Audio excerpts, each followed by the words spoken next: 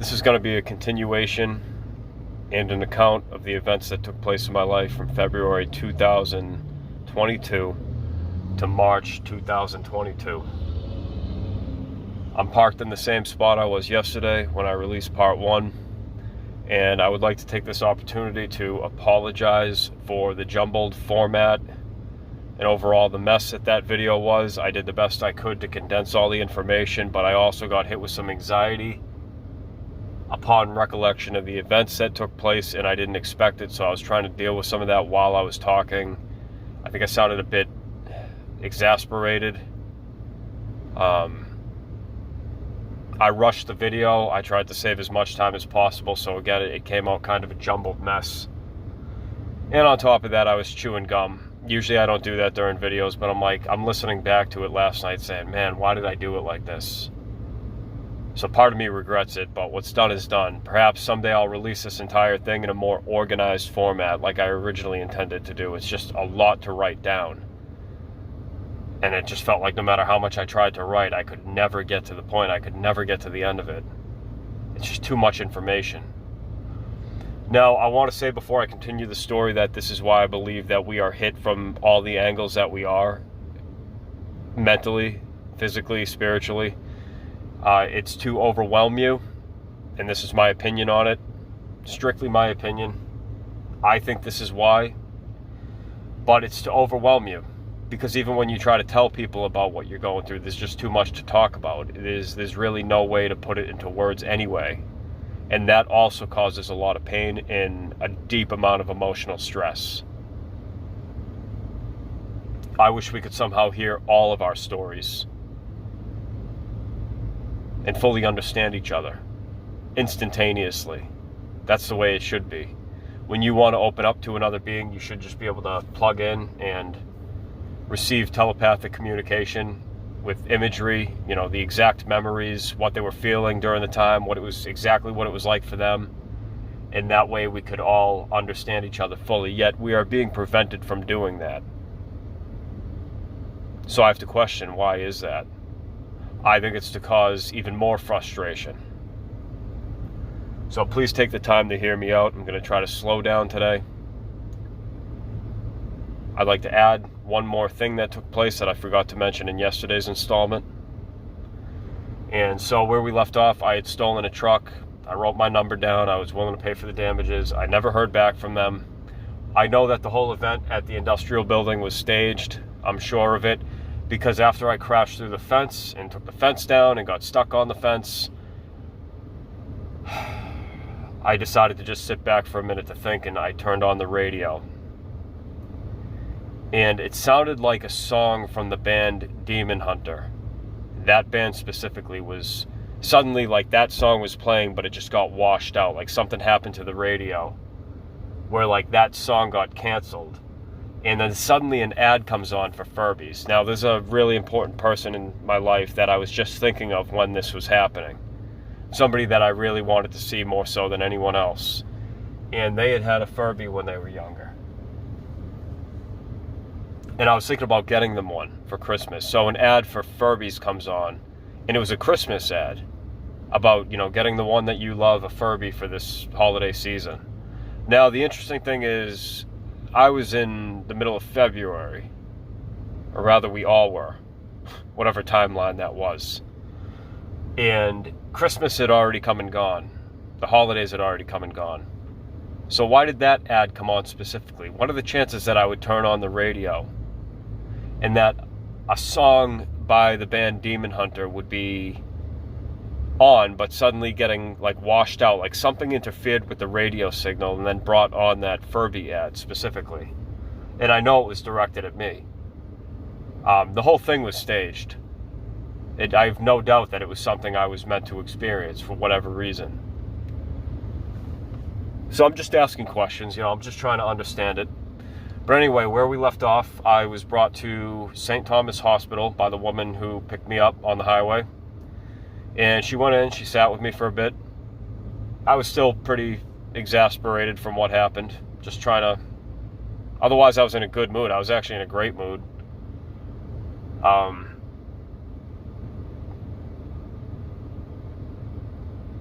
And I noticed the hospital staff were all compliant with the COV you-know-what.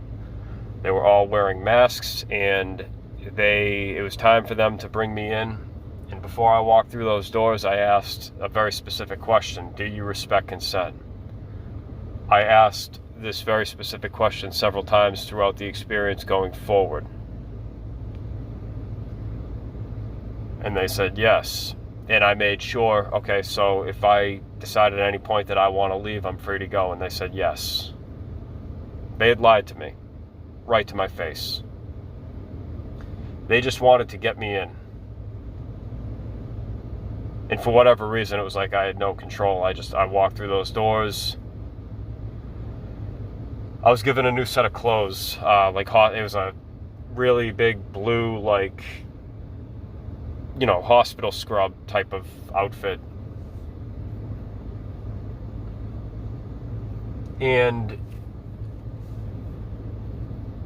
so they weighed me, they measured me, and I made jokes about, how little I was and stuff. I had lost some weight once again.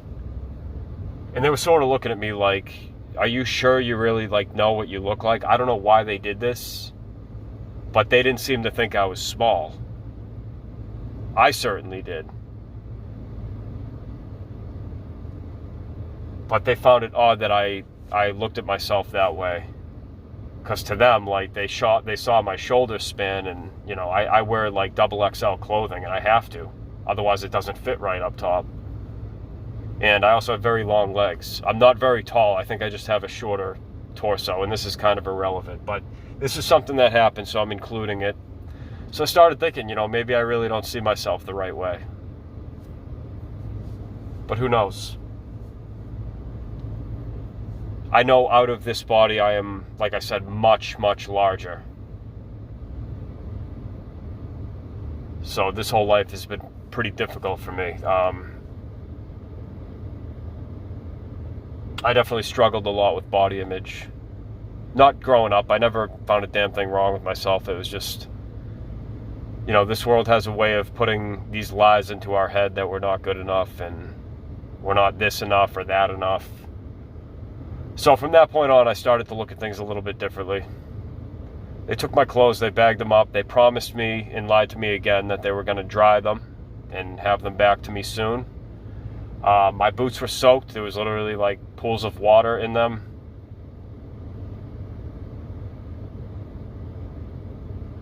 They wouldn't meet any of my immediate needs, meaning they didn't check to make sure I didn't have hypothermia or anything that was would have been considered important.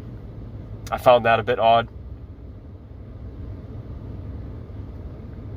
So they brought me in and they made me sit down on this bed. And this guy comes in. And he had a name tag on. It said Dupicki. Kind of a weird last name. D-U-P-I-C-K-Y. And he's looking at me and he's got a mask on. He kept doing something with his tongue. I could see it from beneath the mask. So whatever he was using it for, it was like he was trying to hide his real face, like his facial expressions or something. I'm not sure. But he noticed that my eyes were darting around the room while I was focused on the conversation at the same time. I knew that he knew that I was no idiot.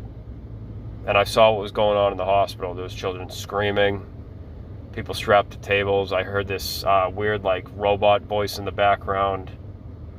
There was some sort of a machine going, and I heard a woman moaning, and I would hear this throughout the entire experience where it sounded like a woman was literally being spanked and manhandled by a machine of some kind.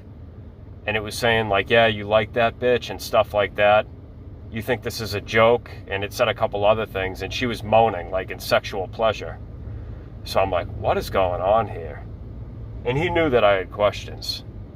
So he talked to me in this very odd voice. He was very quiet to the point where I had to actually ask him to speak up. And I said, why are you talking like that? And he said he was doing it to not disturb anybody else, basically, to not excite anyone or cause any type of emotional reaction to what he was saying. So he's talking in this I'll try to do the voice. He said, "This is a very different kind of hospital." And I'm like, "What? Can you speak up?" And he said, "This is a very different kind of hospital." And he had like a hiss to his voice. I'm like, okay, well, what kind of hospital is it? So we started talking, and he was talking about how he likes, and I'm not going to do his voice throughout the whole video because it would take way too long to get through this, and I can't do it without getting creeped out at myself. But so every time I would try to look in a particular direction at what was going on, he would try to redirect my focus.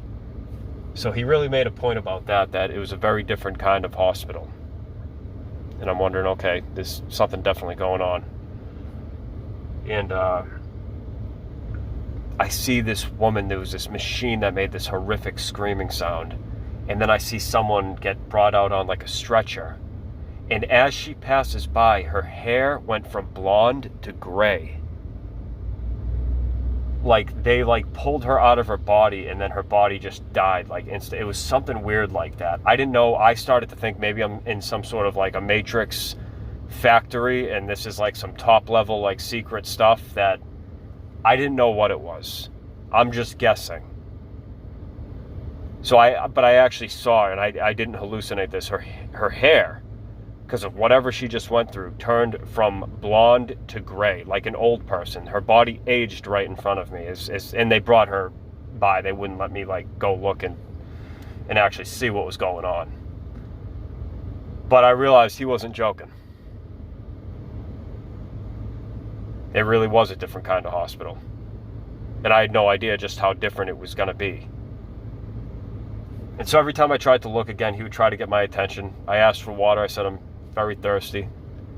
So he made sure somebody got me some water. And then as I started to drink it, and this was my mistake, I knew better, but I just been through a lot, so I wasn't completely I didn't have all my wits about me like I normally would. I was drinking it, and I started to notice it tasted a little funny. It tasted kind of chalky, like there was something in it. And when I tried to ask him about it,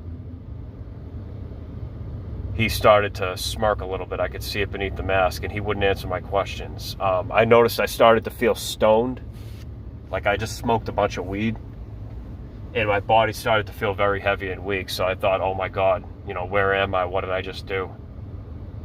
I agreed to come to this place to get help. That's all I wanted, was to just get right. Like I wanted what was going on in my mind to stop. Maybe this is part of the process. I don't know.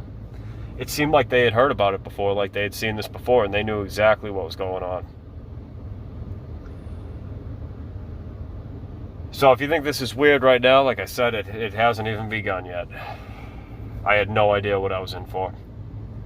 I knew it wasn't good. So I'm thinking, uh-oh. I stopped drinking the drink. As soon as I noticed that, I put it down, and then they wanted me to drink more of it. And I'm like, no. So we talked for a little bit. He ended up asking me some questions. I asked him some questions. He was talking about how he likes everything to be in a nice orderly fashion, and kids these days, and what they do there is to put people through a rehabilitation program to make sure they get back in line. It's essentially what he said. And he told me about his old life and how they gave him a new one. He said, like, I used to have the wife and the dog and the house and this and that.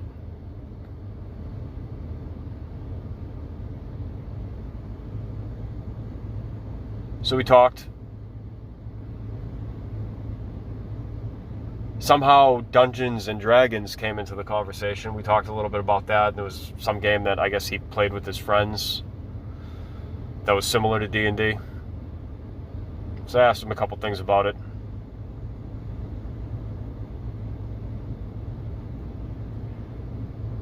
And then something happened. I'm trying to make sure I got all this straight. Like, there was more to the conversation. I'm just trying to remember exactly what took place. And suddenly he said something like, "Are you sure there's nothing else you want to tell us?" Because I was saying, well, what's to stop me from getting up and walking out right now? Because I didn't like what I was hearing. I didn't like what I was seeing. I started to get this odd feeling, and I could tell that he knew. So I said, well, I'd like to go. You know, I don't want to stay here. And before I knew it, I was surrounded by these gigantic security guards. And I'm like, oh, this looks familiar. A bunch of Goombas. Here we go. I'm like, you really want to try to stop me right now? And I got ready to fight. But then when I tried to stand up, I realized whatever they gave to me made my body very weak and heavy. And I'm like, oh, shit. Like to the point where you can't even put up your dukes because your hands feel like lead. And I'm like, they know what they're doing. They know exactly what this is.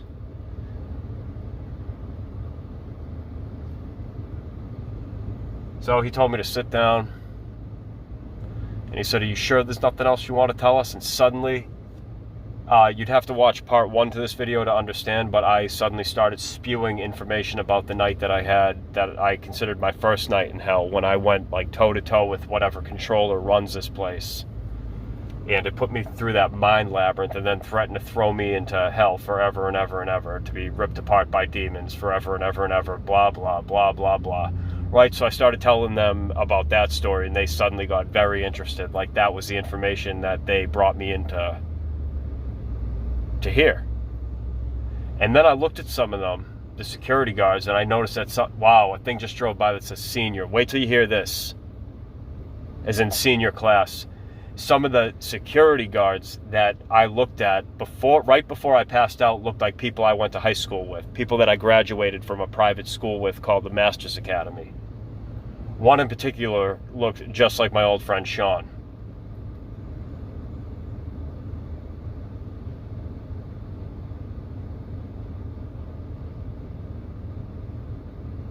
And so as soon as I recognized this, I was like, oh shit, you know, something's going on here. Like, I've seen these people before. I know them. And I think some of the people I actually went to high school with, I had this realization that they were people that I knew in, I'll just say past experiences, past lives, what have you. So I didn't know if they were on my team or if they were against me or if they were just trying to get information out of me. It could have been all of the above. I still don't know to this day. But that was one of the last things I remember seeing before I passed out. Oh, you know what? There was another thing that happened. When I asked about their rehabilitation program, or whatever he referred to it as, he called it something specific. I said, well, what is it? And he goes, it's kind of like a video game. And again, he's talking in that really like somber, soft voice, like with like a hiss to it or something. He's like, it's kind of like a video game where you go through these levels. And he said, by the time you get to the end, you'll be like a little slug. And there will be this gigantic final boss. And then he looks at me and he goes, and it will just be like Kamehameha. For those of you who are familiar with the show Dragon Ball Z, that was something I grew up with to some extent. The original Dragon Ball Z. I haven't seen the new ones really, or I'm not the biggest Dragon Ball Z fan out there. I did like it, and it had an influence over my life. And I was also shown some things prior to this about who I am that were in relation to that show, and I wouldn't be surprised if this had to do with several of us. So I don't think I'm like, you know, the chosen one or somebody that's special more so than you. I probably have a different purpose. I have a different set of experiences behind me and in front of me. But that's all I mean by that. So I just want to make that clear. You know, it's... So he did the thing with his hands too. The Kamehameha wave is an energy attack used by the main character of the series. So he said, by the time I get to the final boss, I'll be like this little slug or bug or something like that, and I'll just be like Kamehameha, and I'll win, apparently. I'm thinking that's one of the strangest things I've ever heard somebody say to me. I don't know what that means, but I guess I'm about to find out, considering I really have no choice in the matter. And sure enough, after I saw all the security guards come over and they had me tell them about the night I spent in hell, going toe-to-toe with this entity, whatever it was, I passed out.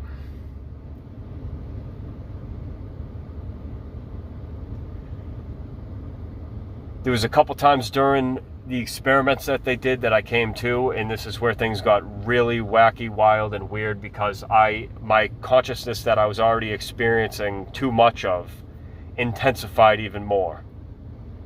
Far beyond any strong psychedelic experience I've ever had. I'm talking magic mushrooms, DMT, you name it. And I wasn't a drug addict. I was somebody that experimented a little bit and dabbled just to see what all the fuss was about, to see if I could handle it. And this blew it all away. But it was like my mind just exploded.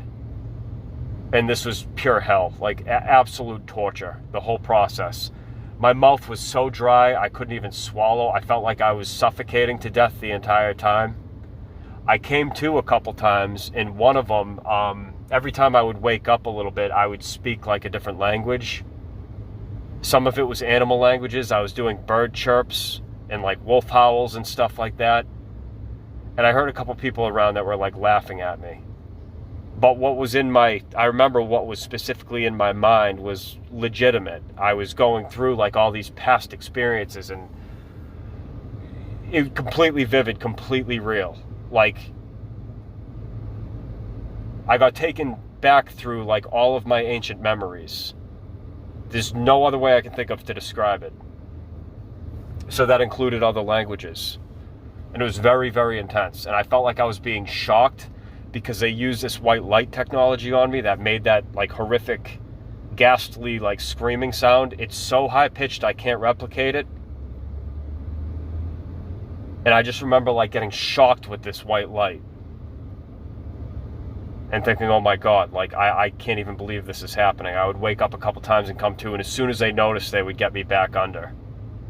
Like as if I wasn't supposed to wake up. There was one time I woke up throughout it that I even tried to leave my bed, and my body felt like it weighed 1,000,000 pounds. Like I could hardly even walk.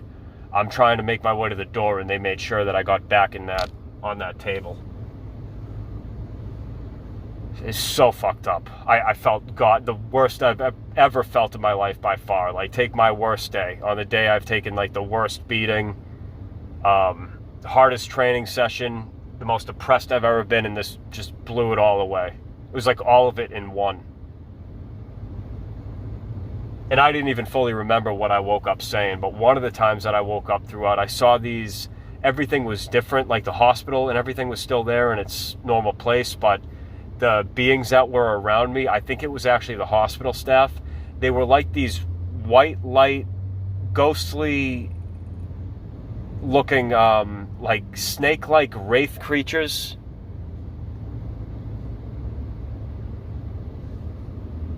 And they had this thing set up where they were beaming the light like between different sections of the hospital. It was like they had these mirrors set up that would like carry the light like from one point to another. So whatever they do with this place, they use the hospital as a front. Otherwise, I think it's a normal hospital. I was only in one section of it. And of course, they wouldn't let any family or friends come in to see. They wouldn't let anybody in. Even those who I saw later that got discharged, they were not allowed to see their friends or family. Go figure. Because whatever this group was, they were hired by the government or the CIA. I have no doubt. I still don't know what to make of it all. But I came to, and the next day I'm in this other room. They moved me. And I'm starting to get some of my motor functions back. Finally, I got to eat and actually drink like real water, which was nice. My throat was so dry throughout the experience, I couldn't even swallow. I didn't know how I wasn't dead because I couldn't even breathe. Or at least it felt that way. It just felt like pure suffocation the entire time. And it just overall just torture.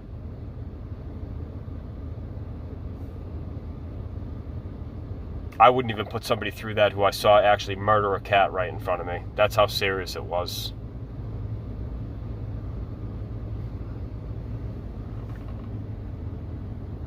Just seeing how we're doing on time. Okay. So moving on, the next day, whenever that was, whatever time it was, I woke up. There was another, I'm going to call them prisoners because that's what this felt like. There was another patient, prisoner, whatever you want to refer to it as, to my right. His name was Charles. Very nice guy.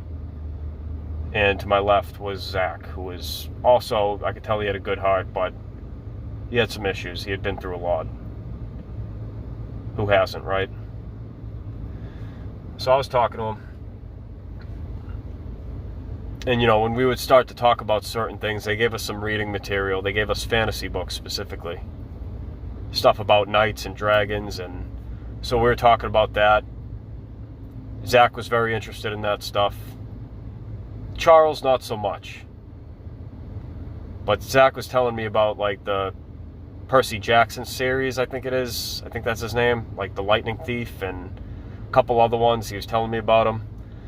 He had been in a severe motorcycle accident where he, like, hit a stone wall going very, very fast and broke his body, and they had to, like, piece him back together. He had, like, a metal plate in his head.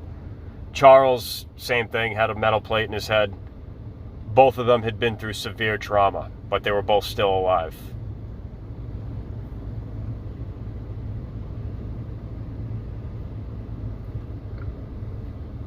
And so I started to wonder, because this came up early in the experience, and I forgot to mention this, that conversation I had with my fake dad, the simulated one, where he was drinking tequila and smoking and stuff, and I know it wasn't my dad from this life. It was his exact voice and his number, but somehow AI used that to freak me out.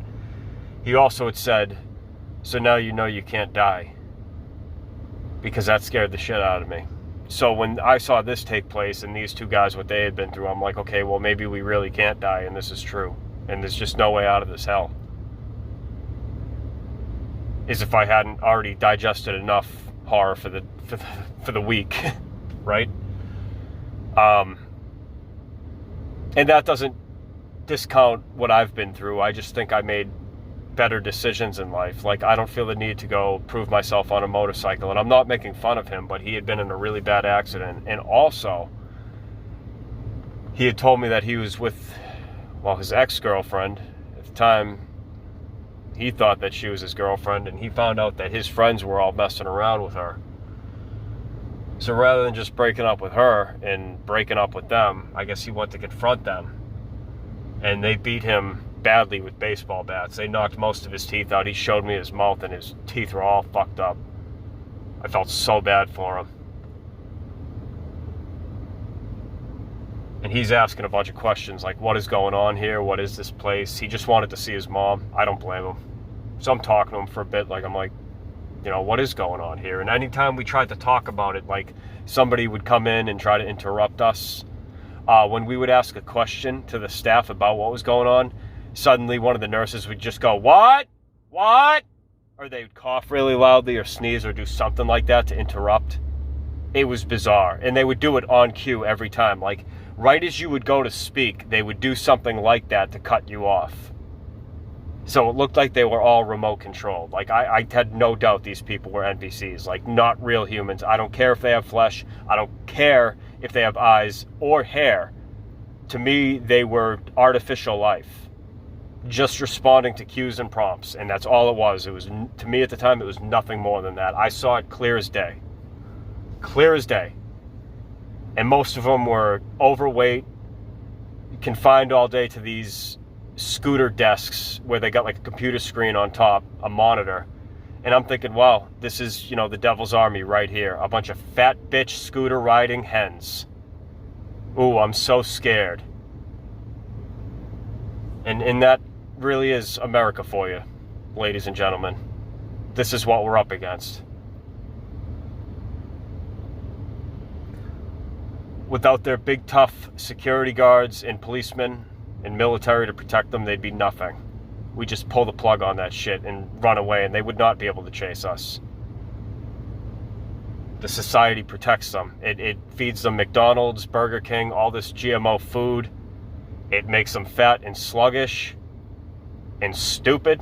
It makes them good little order-following slaves, these entitled princess bitches that are really worth nothing because they got no heart. And it's just all part of the devil's army. I'm using the word the devil just to explain this. That doesn't mean the literal devil. They're all part of the plan. So then Charles wakes up and I'm talking to him, got his name. Originally, for some reason, when he told me his name, he was very tired and out of it because of what he had just been through. And I thought he said Gorilla. So I told him that, I'm like, is it cool if I call you Gorilla? Because I just thought it was a cool name for him. And he smiled. He thought it was nice. So he's like, yeah.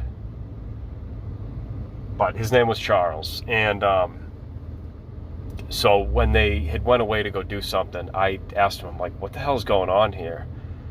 And I'm like, what was all that? And he looked at me and he goes, it's like a light that shows you as you really are. So I asked him something like, well, what am I and what are you then? And he looked at me like very seriously and he said, I'm nothing compared to you. And basically, like he said, I don't even deserve to speak to you. And I said, well, right now we're both in a situation and you're my friend. I said something like that. And he sort of like teared up. I could tell like what I said meant something to him. I knew he had a heart. He might have had a head made of metal, but he had a heart. I felt so bad for him. I can't even imagine the pain that he's gone through. So it's like for him to tell me that, like, what have I been through then? What did this machinery reveal? And so I asked him. And he said, he was like, something along the lines of like, do you even realize who you are? I'm like, well, maybe not. Like, who am I? And he said that I was talking about how I was training so hard that I was bathing, like taking these hot baths and like boiling blood with dinosaurs. And he said that I sailed or swam. I forget which one he said, and I'm being honest about that. Sailed or swam across the world to find my family. And then there was a few other things. And he was talking in regards to past lives. Like he knew that I had been through all this stuff. Because that's what the machinery would pull out of each person. Is like all of their soul's experience. And I've been out of my body. So again, I know that we have like another avatar underneath this one. At the time, I wasn't quite sure of that. Not to the extent that I am today. So given, like, all the experiences that can be had, as far as even simulations go, because even if you experience something that feels completely real in a dream, it's like, what does it matter? This could be a dream. This could all be a simulation. But do you have any doubt that you were really here and you experienced it? Could anybody ever tell you, no, you didn't go through that? So what it sounded like, because there was something familiar about it, it was at a time when there was lizard people and, all kinds of different races, and a lot more was achievable, meaning you could handle the environment. You could swim long distances. You could jump further. You were stronger. You were more of like a barbarian. So this has been like my whole life, literally.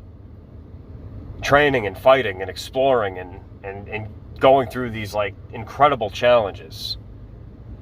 This lifetime has been more of like a mental / philosophical battle for me. It's been very physical, but that has taken the back burner this time around. I know that now. I can't even imagine what I've actually been through. And then more of it was revealed later. Like there was no mistaking that this experience was not an accident. This was all meant to be. I don't know if these people were there to help me or there to harm me. And it's been very difficult to work through all of this, to say the least, the last 2 years. Because it was over 2 years ago now. That's been the difficult part. Physically, I got better. Mentally, I got stronger. I have improved as a person. But my life essentially went to shit before, during, and after. But I know that we don't take any of this with us. So, what does it matter? Anything you think you have, you don't have. It only matters who you are. That's the only thing you take with you. And that's a guarantee.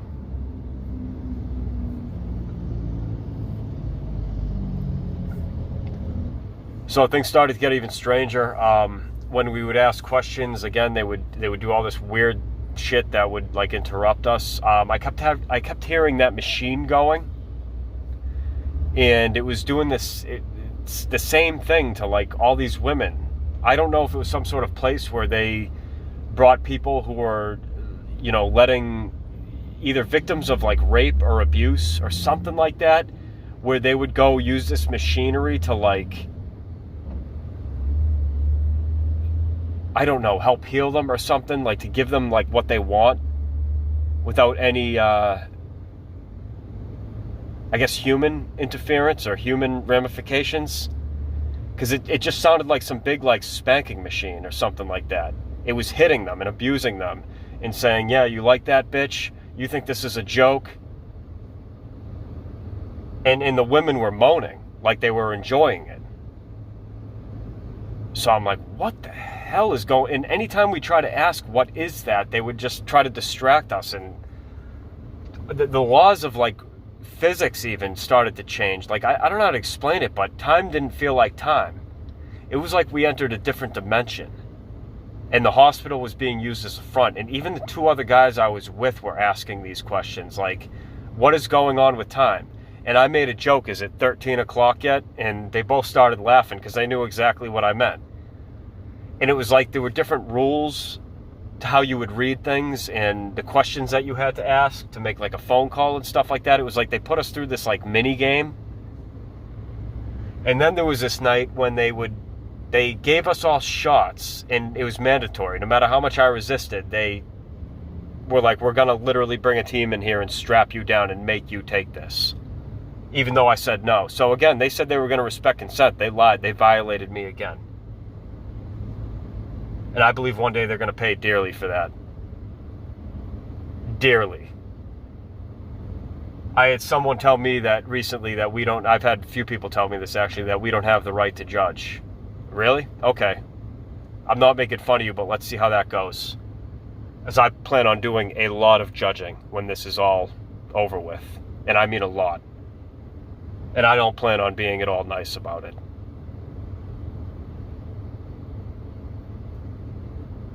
I would love to watch these fucking fucks just suffer and squirm. Throw up all over themselves, scream in agony and beg for mercy. I would actually enjoy it at this point if they can do that to a human being who's done them no wrong. They deserve it. I'm not kidding. If I got the chance right now, I would fuck them up. No mercy. Absolutely no mercy. I'd strangle some of these fuckers in chains. Just like I used to. I am a really dirty fighter when I want to be too, and I'm not saying any of this out of arrogance. I can do shit to people, to the human body that you wouldn't believe. I know how to hit where it hurts. I know how to torture. And I'm very good at what I do. I just don't do it because I have morals. I can do shit to people that you've never even seen in a horror movie. And I spent many lifetimes acquiring the skills to be able to do so. But anyway, without getting the ego involved, let's just continue.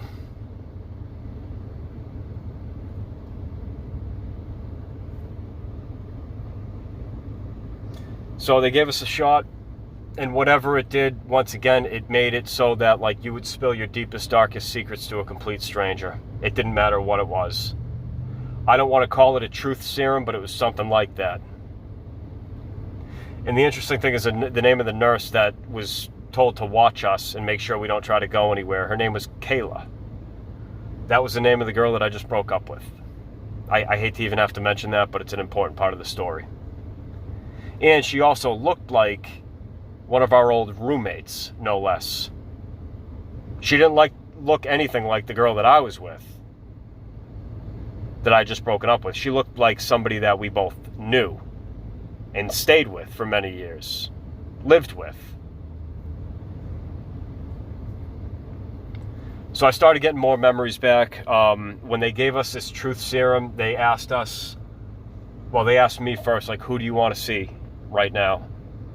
So the first person that came to mind was my grandpa that I lost when I was a child. I lost him to cancer. And I started telling stories about him and a couple other people in my life. And they played this song that was like really emotional, and I recognized it, but it was an instrumental. It wasn't from this life. I recognized the song, but I'm like, what is that? What is that song? And they were all looking at me with these grins on their faces. as I described, my memories from being a child and losing my grandpa. So again, going through more memories and things coming back and with high definition clarity. So it was like they were getting information out of us. And then at another point, do you remember the character that I talked about? Fictional character? I'm just going to say fictional character that I have, that's part of my story / tabletop game called Diago the Wicked. That like dragon-like canine hybrid madman. Basically a warlord. You'd see him and you'd be like, this has to be the king of hell or some underworld dimension or something like that. Well, they started playing quotes from him over the loudspeaker in his exact voice. And I mean the exact voice. So whatever they did, they extrapolated that from my they extracted that from my consciousness. And the quotes were actually a little bit different. It was involving him and somebody else on some sort of a ship, like a pirate vessel or something. And they were talking about sailing. So I'm thinking, okay, maybe this voice comes from something else or some other memory that I have. Maybe that was my voice at one time. Maybe that was literally who I was at one time. My history sure sounds like it matches it. Or maybe not. But whatever they did, I am absolutely sure that they are able to use this machinery to extract consciousness. And that's exactly what it is. And when they played that over the loudspeaker, obviously it got my attention. And I looked at this guy, the main security guard, or whatever he was. His name was Adam, turns out, when I asked his name. And he looked at me with a grin. Just right at me. And I didn't say anything. Because at that point, I'm like, I already kind of know what's going on here. I don't like this. It got kind of freaky. I'm not going to lie. Some of it was terrifying. I was fine, but... So then I started going back through these memories of me and a friend of mine that I grew up with in this life, of being like New York cops. So I don't know what timeline that was. I think it was in this place. It could have been the last life that I lived before this. I was apparently a police officer. And it made a lot of sense because I got a lot of confirmation afterwards about that. Also being in the military and things like that. I think I've done like a lot of combat related jobs. And I'm working my way out of that path, if that makes sense, this time around. And there was a few others that came back. A few catchphrases, inside jokes that I had from past lives. One of them involved the cereal cornflakes, specifically. So I kept saying, I don't want to say what the quote was, but it had to do with cornflakes. And right when I said that, that same guy, Adam, came in and he was like, all right, shh. He's like, not right now, not yet. He knew what was going on. He knew I was getting my memories back. And there was a lot more to it than that, but to save time, I'm going to move forward about the events that took place, not just what was going on inside. But there was this guy, Hank, that came in. He was also a security guard, except he had a totally different demeanor. He had a really bright smile. He was super kind to all of us. Started doing he was an older gentleman, but he started doing one-handed push-ups, and I realized I had seen him before, because suddenly I got hit with these memories of watching him on stage. Like, my grandparents took me to see this guy who was like this super talented cop, policeman or something like that. And it was from a lifetime where the police used nunchucks, these very specific black nunchucks, and they were very talented. Like, you actually had to be really, really skilled to be a cop. And it felt like it was either from California or Florida. Those two places specifically. It was a very ocean-oriented type of, summer city or summer town, something like that. And I remember exactly what the stage looked like. It was around, like underneath a top, and it had this like circular stage in the middle with stadium seating all around it. And there was this one guy dressed up in his like policeman uniform doing one-handed push-ups and handstands and all these like karate moves and stuff like that. And he was an older guy, and it was this guy that came in. And right when he comes in, he looks right at me and pretends to play air guitar. And he goes, wow, now, now, now. That specific riff. And he kept doing it, smiling at me. And I'm like, I know this guy. It was sort of like that moment from the movie Wizard of Oz where you're like, and you were there, and you were there, and you were there. You know, when Dorothy wakes up. It felt like that. But I'm not saying that's what it was. That's the best thing I can relate it to. And so he comes right over to us and he said, he called Zach Hank Jr., he called me Hank Jr., and then he said that Charles was Hank Jr. Jr.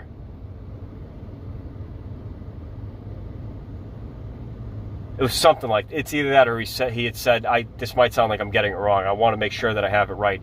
He either called Zach and I both Hank, because his name was Hank, and then called Charles Hank Jr., or it was he called each of us Hank Jr. and then him Hank Jr. Jr. It was something like that.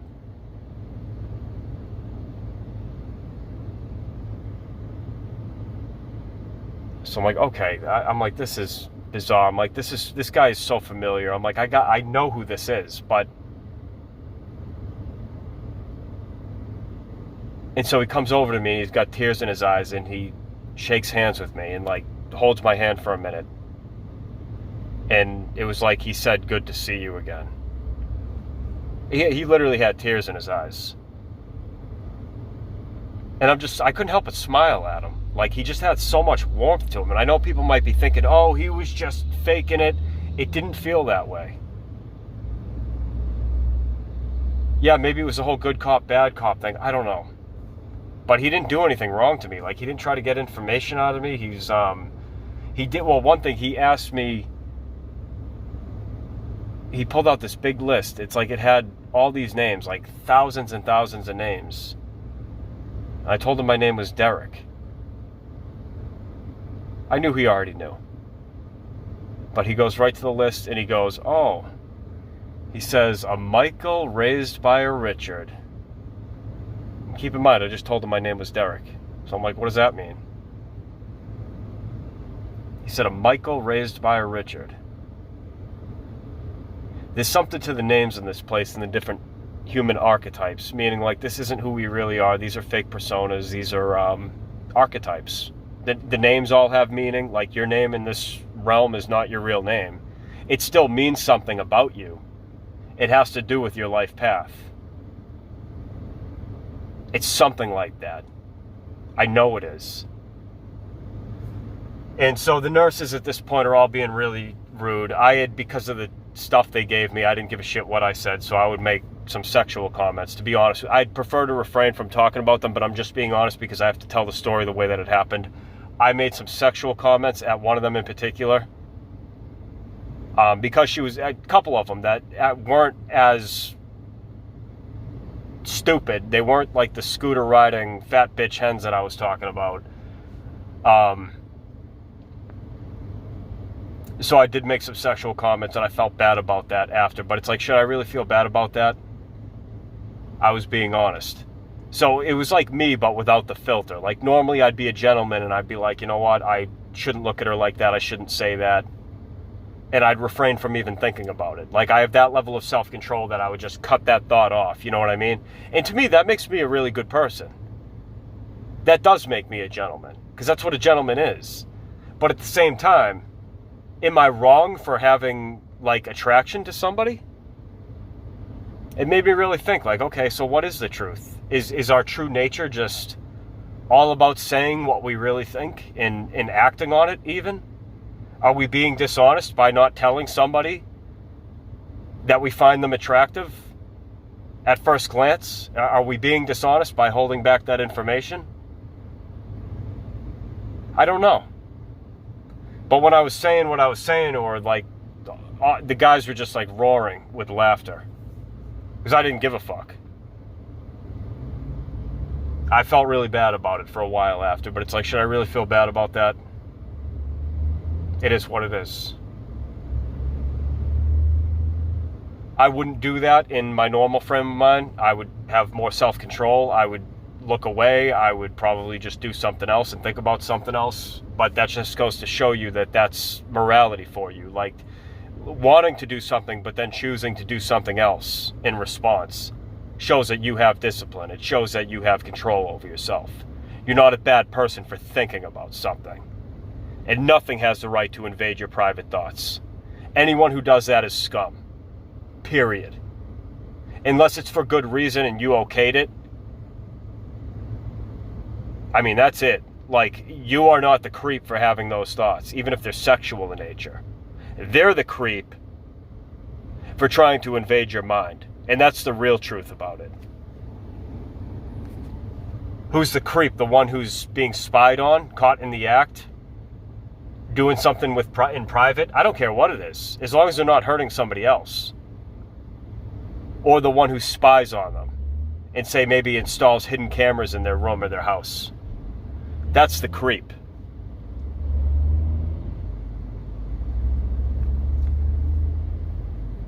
Moving forward, just trying to make sure I got all the info. There's still a lot more to it. I'm not going to be able to remember it all. But I'm going down memory lane once again, and all these synchronicities are coming up. I'm getting this like flood of synchronicity, and with all the weird things that are already going on in the hospital, I literally have people staring at me right now. This is getting bizarre.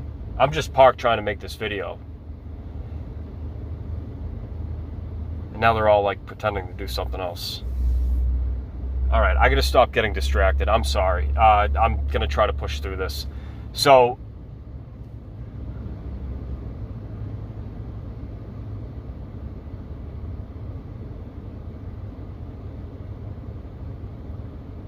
Hank let me use his cell phone. Turns out he carries a flip phone. I was asking to make a call and everybody was being really rude to me. I just wanted to talk to somebody from my family, my immediate family. And so I went into the bathroom and they told me I had to keep the door open. I'm like, this is ridiculous. I'm like, no. And so I'm making jokes over the phone. And Hank's actually laughing at my jokes because I'm like, wow, apparently these ladies really want to see me naked. I didn't care what I said. I would say that anyway, even in my right mind. So he's laughing. They didn't find it at all funny. And I was just trying to have some privacy in the bathroom and talk to somebody from my family. One of my family members came to come get me, to like come see me and find out what the hell was going on, and they wouldn't let them in. So when they found out that he was on the way, like trying to get into the hospital, and once they knew about that, they staged another event. So what happened is they said that we needed to be administered shots again, and I said, no way. I said, I want to know what the hell is going on here. You're going to tell me right now. And then I noticed that Adam Dupicki, supposedly was his last name, came in with a different name tag. So I said, oh, and now he's dressed as a full-blown security guard. So I pointed it out and I said, why do you have a different name tag? What are you hiding? I confronted him and he said, sit down right now. And I said, no, you sit down. And he was like, oh, you want to do it that way? He goes, I have a taser. And I put up my fists. This whole event was scripted. It was like something that I had already had a dream about. So I played right into it, right? Like it was as if I knew all of my lines, like I was reading from a script. Like I had no choice. But for whatever reason, I assumed my fighting stance. And I said, I'm going to fight my way out of here. I told him I'm a trained martial artist and I'm going to fight. I want to know what's going on. I'm like, you're not putting a damn thing into me anymore. No. And so I stood there in my fight position. I didn't attack him, and he said, I have a taser. And I said, and I don't want you to use that taser. I said, but you're going to let me go, and you're going to tell me what the hell is going on. And nobody jumped in to help me. So then suddenly he just does this thing where he starts swinging at me. And so I block his left and I block his right. And I'm like, what are you doing?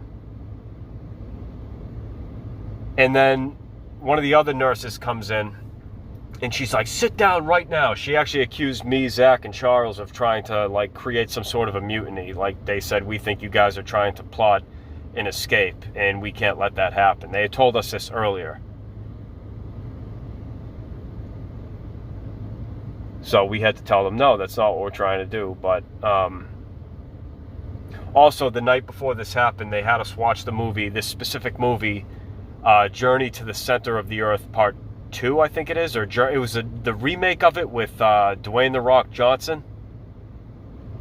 And the movie had some synchronicities to it about, like, you know, Atlantis and stuff that I was remembering and realizing. So check that movie out if you want to see an example of what I mean. There's different archetypes in that movie as well. So that movie specifically was played for us the night before. But anyway, I got into this confrontation with the fake security guard, and the whole thing was scripted out. I knew it. Like, once again, I walked right into it. It was almost like I had no choice but to say what I was saying, as if I was acting in some sort of like a movie scene. And even after that, I'm like, why did I do that? Like, yes, I didn't want them to put that stuff into me. Like, I wanted to get the answers and ultimately get the fuck out of there and see my family. That I was sure of. But after I thought about it, and it's like, what did you expect to happen? They set you up for that. I don't know how they do it.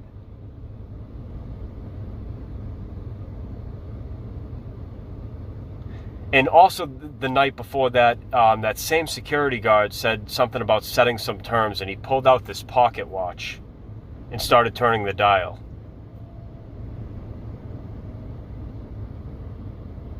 And something about this added up later, involving that very specific watch.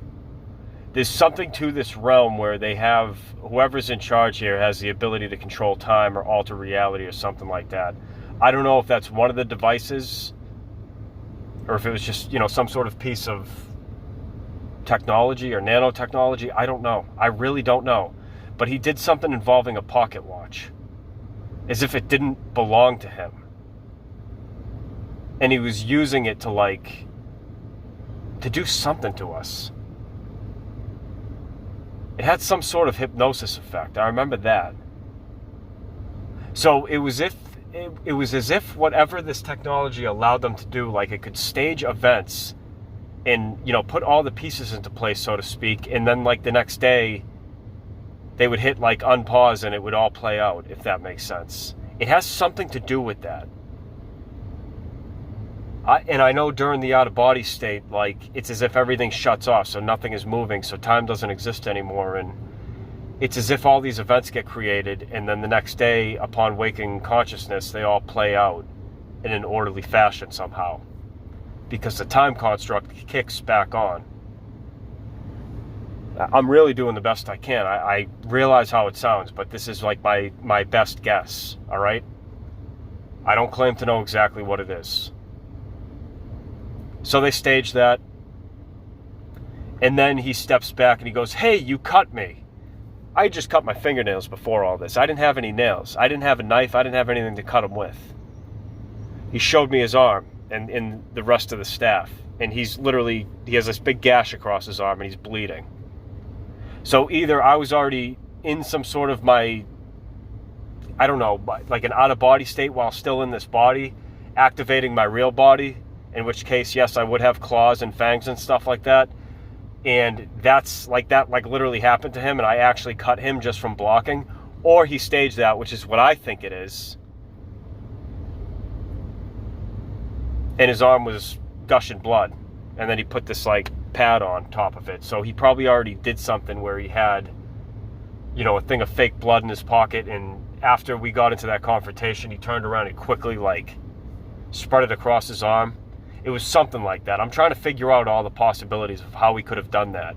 But again, he came in with a different name tag. He said, "Hey, you cut me." So by that time, when they said, "We're going to take you to the county jail," I said, "You know what? Thank God. I can't wait to get out of here. This place sucks.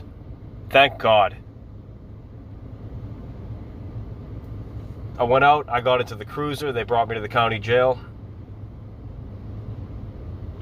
And if you thought that was crazy, again, here's where it gets even more bizarre. I'll save this for part 3.